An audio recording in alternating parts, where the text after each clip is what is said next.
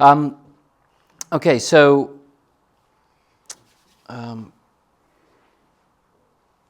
kind of prepared something. There was a small word that came into my mind, into my heart, and I was kind of trying to stretch it into a talk, but it's something that kind of God is talking to me at the moment, and I've entitled it like spiritual stamina or faith stamina.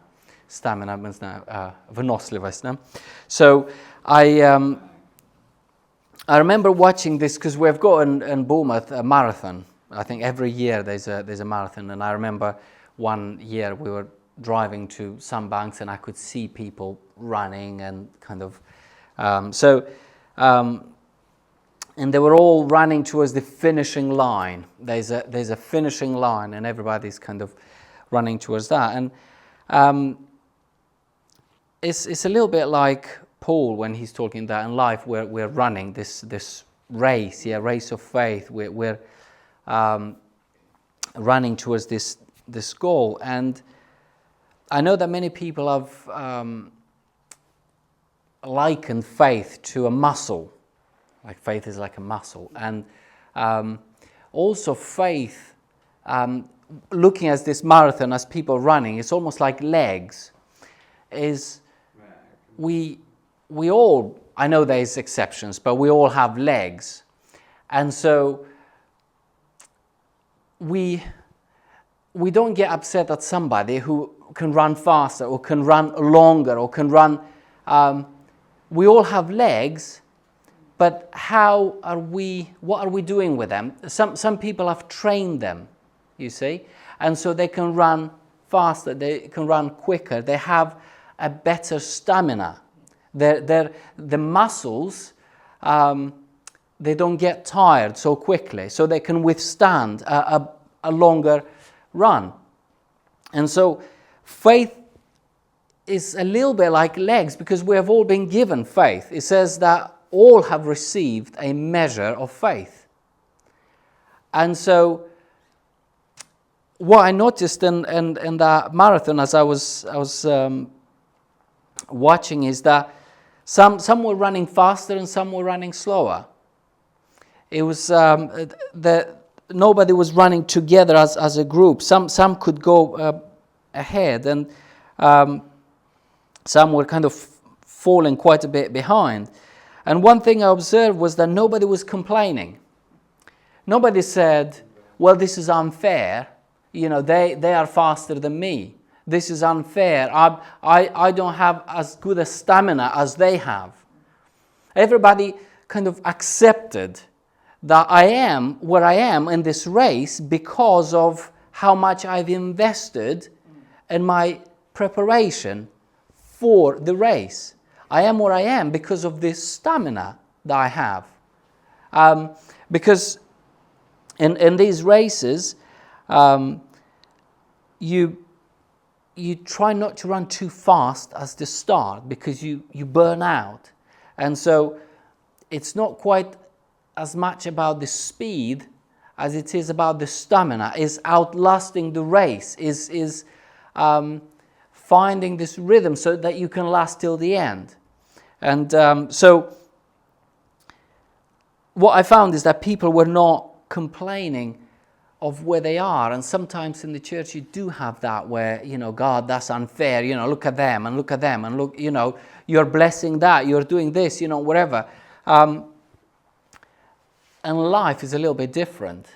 In a race, people know that they all have got legs. We need to remember we have all received faith. To all have been given. Is what they have done year after year after year that has improved their stamina to withstand that race. And so it's all about the preparation and what we put into it. Because for us, it is a race of faith. We are running at the moment. all the people in the churches all over the world are running their race that God has put before them. It's not the same race. Everybody's got their own race. But everybody's running this race. And so everybody's doing it at different speeds. And so this thing about there's no murmuring and complaining about their place in that race. Everyone accepted it as fair because they knew it's not about something external. It's not about somebody pulling them along. It's not about somebody making their path straighter or down. It's all about something that comes from within. I am where I am in this marathon because of something from within. Yeah, the lungs, how well they work, the muscles, the mental. Sometimes you have people the same strength, the same and one can outlast, go faster. Why? Because again, their outlook, their mindset, and ultimately this whole thing is the stamina, our spiritual stamina, the stamina of our faith. And so this is kind of the word that came into my mind is spiritual stamina. Is how are we running? How resilient are we in this race? How fast or how do we lay down? Do we walk? Do we relax? Or do we push? Or where are we in this? Shows our stamina. How we're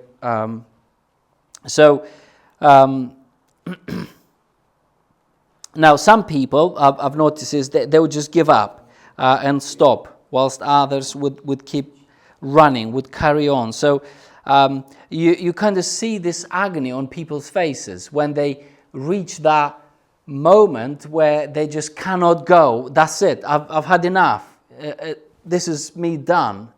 It's my limit. And you can see in their faces, it's almost like pain, and they're trying to go a little bit more, but they just cannot. And so it's because they have reached the limit. Their body, their stamina is, that's it. And so sometimes in our walk, in our faith marathon, in our faith run, we reach these points where, Lord, I can't go on. That's it. This is me done. I know there's men of faith and women of faith, and they're just out there, but this is me. This is the end of, I've had it. And so we reach those moments in life, in our walk with God, in our run with God. And I think and then we read this book. So I'm reading this book about George Muller now. And so you're thinking, I would have given up there. I would have given up there. I would have, and yet, and I think it's this spiritual stamina that people have that just push. I've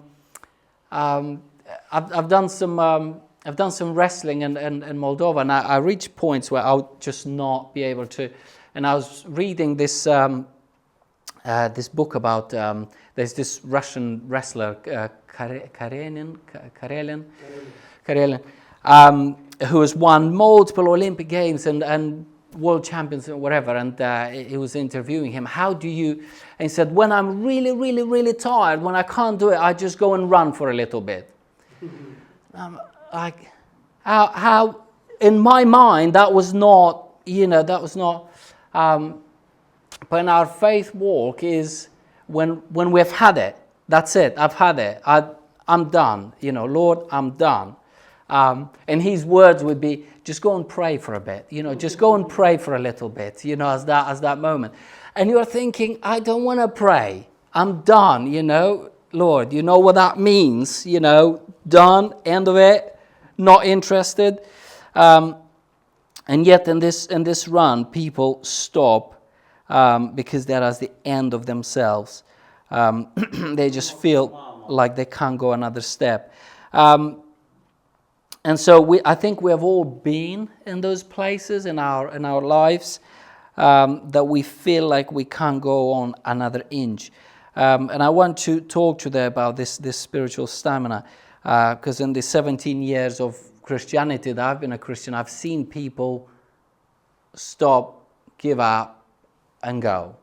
And in the marathon, if you stop and at least walk, then there's a bus that comes and picks everybody up. But some people don't even wait for the bus. It's like, I'm not even interested in waiting for the Lord, you know. I'm just going to go, and that's it. Leave the course. Rather than walk, just leave the course. I'm out of this. I don't want to be in it anymore. And so what I like is 2 Timothy 4, 7-8.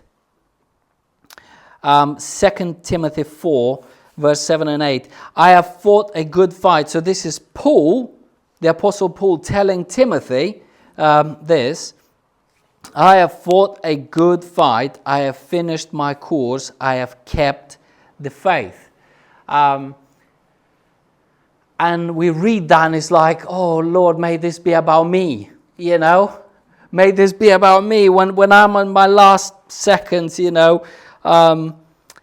I've fought a good fight. You know, my stamina lasted till the end. I stayed in the fight. I just kept going. And I've kept the faith.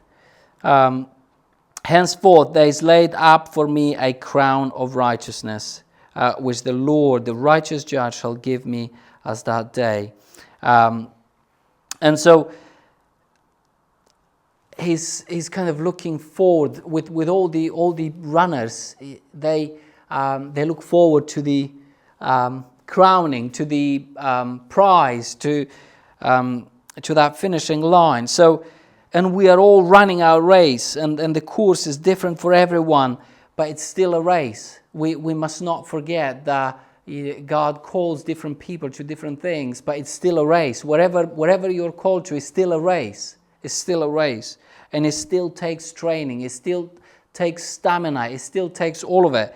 And you go anywhere, you know. You can go to a great minister. You can go to a housewife. You can go to, in the business world. You can go anywhere you go. If you are running this race, it will take stamina. Anywhere at all. It will take this stamina, and we have to develop it. We have to strengthen ourselves, because times could change. And so how is our stamina gonna take it? How is our faith? Is it gonna withstand? Is it gonna the pressure? Because even and what I want us to do today is to look at how do we remove some of these things to improve it. Because even if I get somebody a lot stronger than me at running, if I put a lot of weight on that person, and we say, okay, you're stronger, let's see, they will get heavier, they will get tired, and outlast them.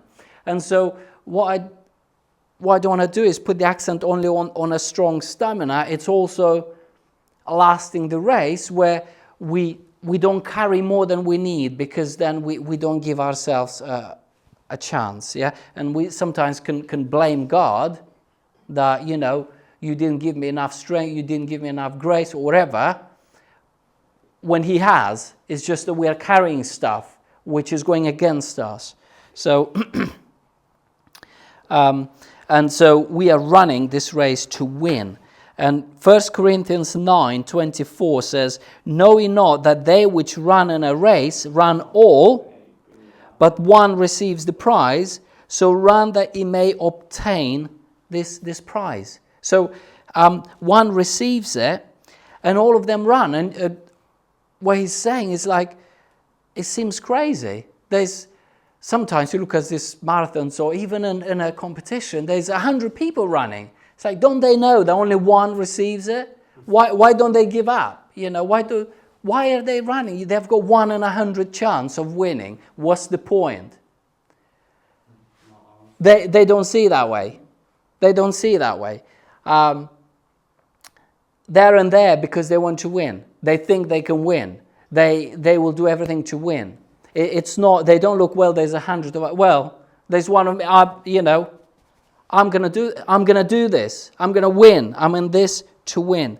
And so this mindset of, well, there's so many of us, who cares? I'll just get lost in the crowd and it's going to be all right, just with the crowd, I'll get there, or I'll just, maybe the Lord will come soon. I don't know. We're in this to win, to just having that mindset. I'm in this I'm going to win. I'm a winner, yeah? So all of them run, but you can't go in with knowing you're not knowing that actually I haven't put any training. I haven't invested anything. I'm going to turn up as the Olympics and just hope that I can win. I hope that I can last. The course. I don't know. We'll see what happens. Basically, no. We invest in our spiritual stamina because we are running to win, and so. And this is a very good question that I'm asking myself. Am I running am I in this to win? Am I running to win my course? How am I looking at my race? Am I looking as a walk in the park? Am I looking at something to do? Or am I looking at it as I'm going to win this? So are we in it to obtain that crown, to obtain the... So we need to kind of pace ourselves, but we need to keep pushing. So as Christians, we're kind of trying to pace ourselves, not to get too tired, not to get burned out, but at the same time, our conscience inside, we have this conviction that, hey, you're a bit too slow, or we have to watch, because it's okay to pace yourself, but then that doesn't help the stamina. The stamina, then it doesn't get stretched, doesn't get exercised, and so we have to be honest with ourselves. And so I want to look at a few things that I believe will help our spiritual stamina and help us run to the end, because we want to run to the end. Yeah, we want to get to the end. So, but these things that we're going to go through, they won't help if we're not committed to winning. Yeah, if we're not in it to win, then I'm talking. It's not going to help because it sounds nice, but if we're just having a good time and it's not going to help. So the first point is this murmuring and complaining. This is so popular and is the best, and we see so many examples in the Bible with the Israelites and kind of their race from Egypt into the promised land, and they didn't get there. They didn't get there. And somebody, I was looking at this yesterday, and somebody counted 15 times that they murmured or complained in the desert.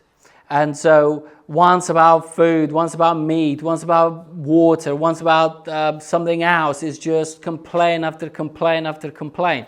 And apparently, if you were to just walk straight, it would take you about 14 days to cross the thing. But so that's more than a complaint a day. What Numbers 14:22-23 says is, I like, because all those men which have seen my glory and my miracles, which I did in Egypt and in the wilderness, and have tempted me now these 10 times, so at this point it's 10 times, and have not hearkened to my voice, surely they shall not see the land which I swore unto their fathers, neither shall any of them that provoked me see it. And so we know that only Caleb and Joshua entered the promised land. And nobody else from their entire generation entered but them too. So to me, the question in my mind was, were they the youngest? I don't think so. You know, the other 10 spies were probably old men, you know, and beards, and so they died, you know, and they were just young boys, and so they outlasted them. No, because it says they chose leaders of all tribes. These were leaders. These were prominent people in their tribe. The way they were choosing leaders were like somebody outstanding, somebody brave, maybe somebody clever or whatever. These were leaders, 12 leaders, and 10 of them said no. So it's not going to happen. We're not. This were not just the lowest of the low. And so, were they the youngest? I don't think so. To the point that everybody died and only they made it into the promised land. And so, I believe that murmuring and complaining not only affects the quality of our life, but it's also the quantity of our life. It will really affect the race that we are running. The murmuring and complaining, it will affect our lives. And what it does, it drains us of energy from running the race. So, and we see Joshua and Caleb at 80 years old, strong and full of fight.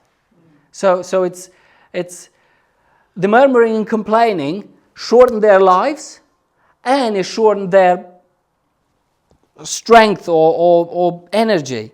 And so I believe that this will, if we get rid of it, and I've made the decision to go on a fast a few weeks ago, a fast from murmuring and complaining. Like no complaining, no blaming, nothing, zero. And just, you know, because we can start blaming the government, the wife, the children, the customers, you know, the devil, and blaming everybody. And complaining, especially now, there's a lot of complaints about the prices, about the, all these, even the weather. Look at that. The landlord, the neighbors, everything. It's just, there's just a lot of complaining and blaming, and it's not going to help us. It's going to affect us in a way. Is affecting our stamina. It's affecting our spiritual stamina. It really is. I believe that. And it will not help us with the race. Blaming and complaining is draining our spiritual stamina. If we keep doing it, it will cause us to slow down. And the second one is distractions. So distractions, this is the second biggest killer of spiritual stamina. And I like Hebrews 12:1. Wherefore, seeing we are also compassed about with so great a cloud of witnesses, let us lay aside every weight and the sin which doth so easily beset us, and let us run with patience the race that is set before us. So the race is set before us. We don't choose the race. You go to a competition, you don't say, wait a second, this is not, I think it should go here left and here right and whatever. You don't start complaining about the course. You just accept it, and there's a race that is laid before you. This is it, and so you don't complain. And he says, laying aside. What are we laying aside? The weights, every weight, and the sin which kind of beset us is more like on the legs, like kind of like a stopping thing, like a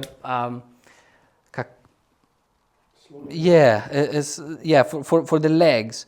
and the weights is what you carry. So there's things that we can carry and things that we can tie our legs with, which is stopping us from running this race. And so you can have a good stamina, but with all of that, you're not gonna make it. So, and I believe that the weights are these distractions around us. There's so many. There are just so many YouTube videos that I need to watch. They're so interesting. I must watch, or social media or films or other distractions, like things that weigh us down. They just take time. They take, and so we are carrying it. And what I found, they have even made a study where your phone just adds to the stress. The more you look at it, it's kind of, it just increases your stress levels because you keep looking at it and you think, I've got to look, I've got to do this, and then it drains you of energy, and then at the end of the day you don't have time to pray, or you don't feel like, and it's this constant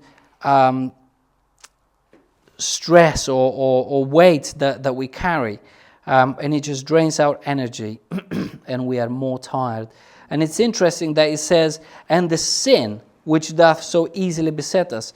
And the verse that comes to my mind when I read this is Romans 14:23, where there's this whole discussion about the meats from the market, where some people can eat it, some have faith to eat it, some don't, and says, you have faith, have it for yourself. But then it says this, and he that doubteth, he that doubts whether should I do this, should I not, should I eat this or should I not? They're just not sure. Is God happy with this or not? I don't know. Is damned if he eats. If you don't know, you're damned or you sin, because he eateth not of faith. He eats not of faith. For whatsoever is not of faith is sin. So there are so many things that we do where we're like, I don't know if God is God in this or not. Would God want me to do this, watch this, read this, go here, go there? I don't know. I don't know if God isn't. It's like the conscience is. There's just a struggle, and it's not of faith. There's things that you are like, I know this is God. I know for sure there's no doubt. You're like full of, I know, doing this is God. But there are many things that I don't know. It's a struggle. And so it's not of faith. And it says whatever is not of faith is sin. And so we very often go straight to, let us lay aside the sin, and we're like, all this sin, the idolatry, the greed, fornication, all of that, we're like the big thing. But actually, whatever is not of faith is sin. Whatever is not of faith is sin. So I think that for our spiritual stamina, if we were a little bit more selective in what we do and what and whatever is not of faith, if that was eliminated, it's like, I'm not sure about, I'm not doing, that's it. I'm sure about this, I'll do it. We will find that we have a lot more energy, a lot more, we can get a lot more of what we are sure God is done, than kind of get a lot of stuff done, but half of it we don't know if it's God or not. It's not of faith. So whatever we do,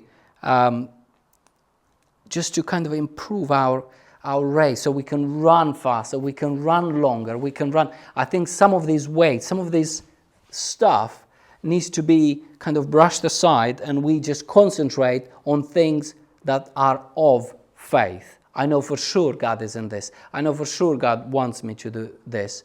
And then you will see that there will be more room for those things, and we will just enjoy the race more. So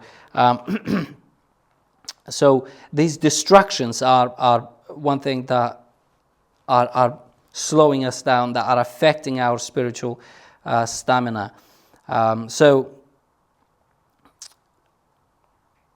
3, I just want to, I'll try and, don't know how long, our focus. What do we keep our eyes on? what is our focus? So Hebrews 12, 1-3.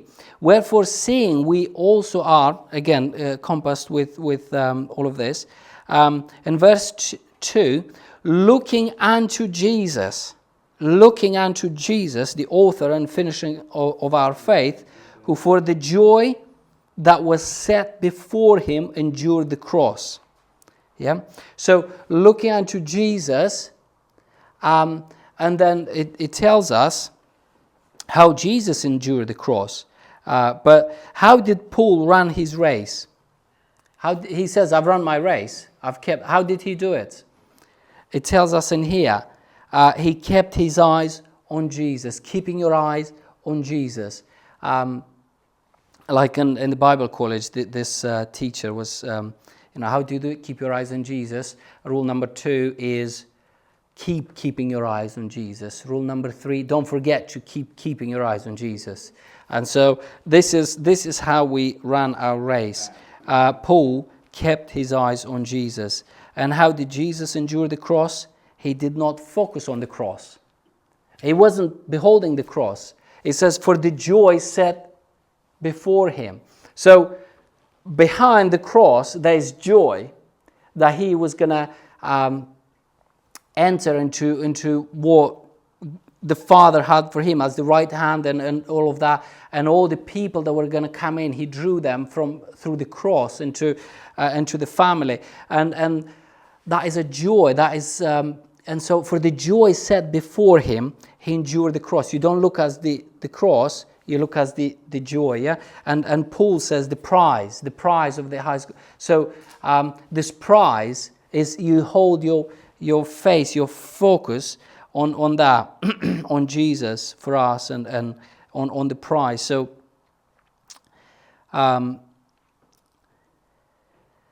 now, keeping our eyes on Jesus is not a kind of a 5-minute thing, because I don't think Paul was able to run his race, keeping his eyes on Jesus, just 5 minutes or 10 minutes on Sunday morning. Keeping our eyes on Jesus is a lifestyle, is a state of being, is not an action that we do every now and then. So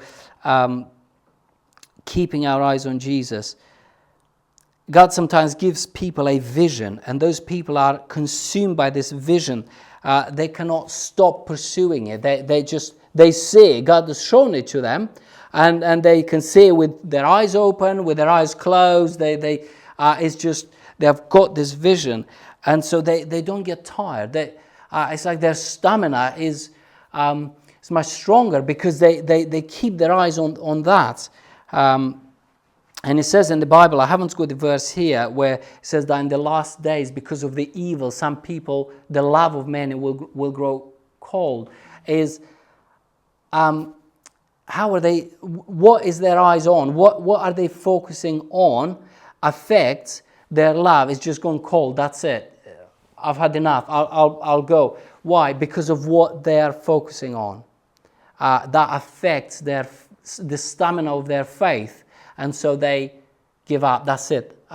There's no use. It's not making any difference. It's getting darker and darker. It's just, this is not happening. So I'm just going to, that's it. I'm done. Why? Because of what they... So Paul kept his eyes on Jesus. And we are to keep our eyes on Jesus and the vision that he has given for us. So like George Muller, he had this... God would give this vision, and that's it. And loads of people, I was reading a chapter where in the church he announces it, and loads of people are saying, this is not going to work, this is rubbish, but no, he had the vision, he kept it, and it happened. And then the whole world found out about it. So I believe that when we have a clear vision from God, and what it will keep, if we keep in front of our eyes, it has a very positive impact on our stamina. It will help us. So just going through the last point, and then it's a bit of a long one today. But number 4 is envy. Envy. There are many other things. there's probably 10, 20, I don't know how many things affect our stamina. I just want to touch on just a few of them. And I find envy as an important thing that affects our stamina, that drains us. It just drains us, and then we can't run properly. All of this is in the Bible. But what we want is to become durable Christians. So I caught myself a few times recently kind of with that. It's like, ooh, you know, people that I know that have kind of done in certain areas, kind of looking and maybe envying, and I had to stop myself because it's a hole. It's a hole, and then it's not good. But James 3:16, for where envying and strife is, there is confusion and every evil work. Envying is just a nasty thing that is just going to stop us and is going to pretty much cause us to give up. And Proverbs 14:30, a sound heart is the life of the flesh, but envy the rottenness of the bones. And envy can bring sickness, and it could kill our faith, and it's just God is unfair, and God is no good, and this whole thing is just I give up and I'm done. So how can we, being children of God, we've got God as our Father, be envious of anybody? How is that?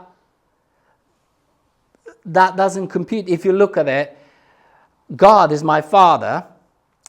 I have access to His riches and glory and everything, healing, and I'm envious of somebody else. It just, but we do it, don't we, sometimes, and I have to catch myself. So envy discourages us, which affects our spiritual stamina.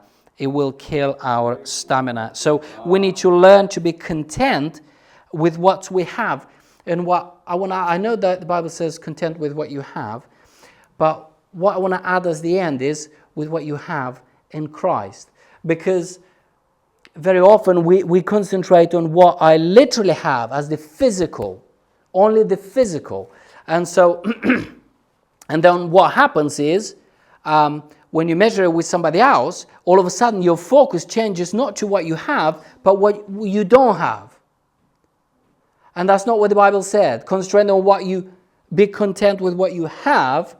It doesn't say be content with what you don't have. But because we measure, because we look at it physically, we end up considering what we don't have. And so envy then comes. And so we get trapped in it. See? And we compare. And so envy, we must be content with what we have in Christ, because then there's nothing that you can say, look, I don't have. And then you shut that thing where, well, I don't have this, but so-and-so has. Well, yes, you do have. You just need to receive it from Jesus, because He has provided all things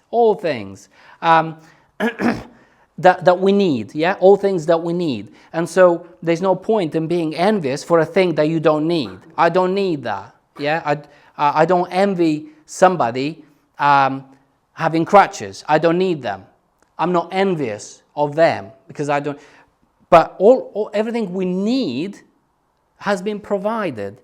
But if the devil will get us to look as the physical, in the physical. No. Forget about the spiritual. Forget about Christ. Look at physical. You don't have that. And so then we are not content. So we look at things we don't have. And many have walked away from the faith because of envy. They envied others and so made bad decisions. They just made bad decisions. Envy will lead you into a bad decision, and then that will lead you into a dead end. And so they gave up. And so what I want to do is just finish with, let's be durable Christians. Let's fast from murmuring and complaining. No murmuring and complaining. Let's avoid distractions, both small and big. And avoid sin. Everything that's not of faith. I don't know about this. I don't know if God is in it. I'm going to shelve it. I'm not going to get myself, drained up and into it. And let's focus on Jesus, our focus. What are we focusing? What's the finishing line looking for us? My finishing line may look different to yours, yeah? Because God has given different visions. So, and so let's not envy, but remember what we have in Christ. And we have got everything we need. So, amen.